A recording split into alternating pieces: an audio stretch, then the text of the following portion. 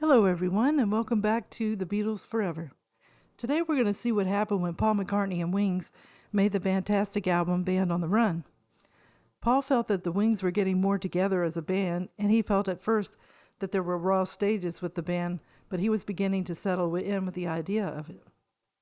Band on the Run was the third studio album for the band Wings. It was released on the 30th of November, 1973, and it was recorded August through October in 1973. Things didn't go smoothly for the band making this album, but it ended up, according to Wikipedia, becoming the top-selling album of 1974 in the United Kingdom and Australia. In addition to revitalizing McCartney's critical standing, it remains McCartney's most successful album and the most celebrated of his post-Beatle works. Paul decided to do the recording for the album in Lagos. According to Paul McCartney in his Club Sandwich newsletter, he said, "I thought it'd be good to get out of the country to record, so I asked EMI where they had studios around the world. And there were some amazing countries where they had studios, and I thought Nigeria was it because Africa, rhythms, yeah, because I always liked African music." And Paul felt like the weather would be sunny and warm. Things didn't go smoothly, though, and it seemed like things weren't destined to be easy from the beginning. On the plane, Paul heard the pilots asking each other if it was down there and where they needed to land, and Paul was thinking to himself, they must know. The next night before they left London, he got a call from Denny Sewell, and he said he was quitting, and he wouldn't be going along with Wings to Lagos. Sewell couldn't get past the financial issues in the band. There wasn't an equal sharing of the profits made by the band, and the Beatles and their business dealings kept everything in Wings in limbo.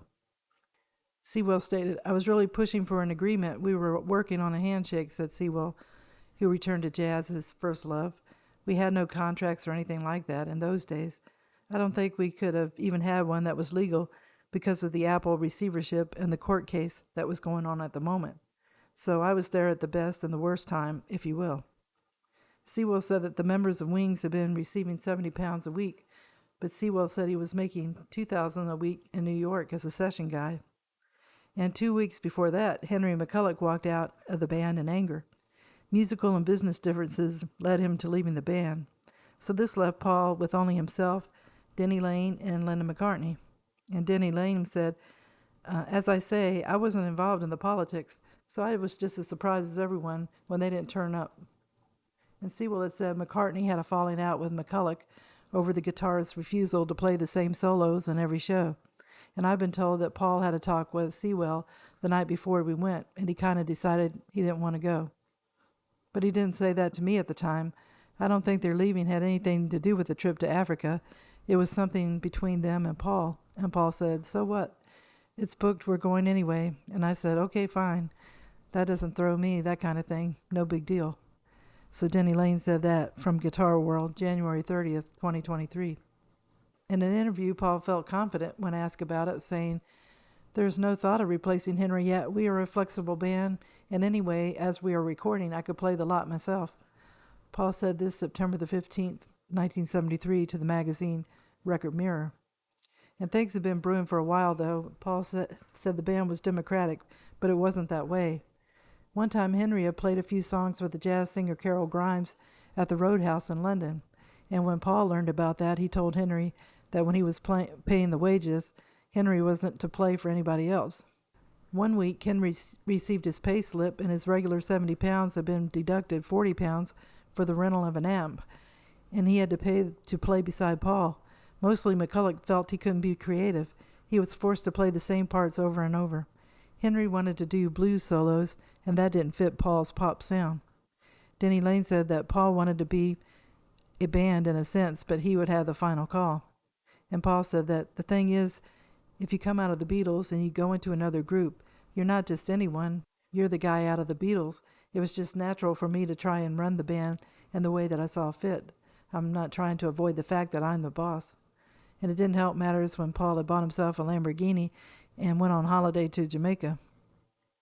So landing in Lagos, once the group of Paul, Linda, the kids, Denny Laine, and engineer Jeff Emmerich set foot in Nigeria, they encountered culture shock. Unfortunately, it was the monsoon season there. That meant heavy storms and horrible heat, and no one bothered to see what the weather was going to be like before they got there. and at Akija's airport there was a military presence there. In 1973, Nigeria was a volatile location. On the way to the studio, Denny was shocked when a man was knocked off his moped and no one seemed to care. And he died. So there was even open sewers and there were lepers in the street. And getting to the studio, it was more like a shed. And the studio had top-grade cast-off equipment from EMI studios around the world, but it wasn't in the great shape. So Paul got the studio manager and the tape operator to do some studio carpentry. They decided not to stay in a hotel, but in a villa complex in Akija on the edge of Lagos, and an hour's drive to the studio. Everyone was getting used to things. Paul would go swimming every morning at the local country club. And one incident happened when Paul and Linda decided to walk through a supposedly secured patrolling complex back to their villa.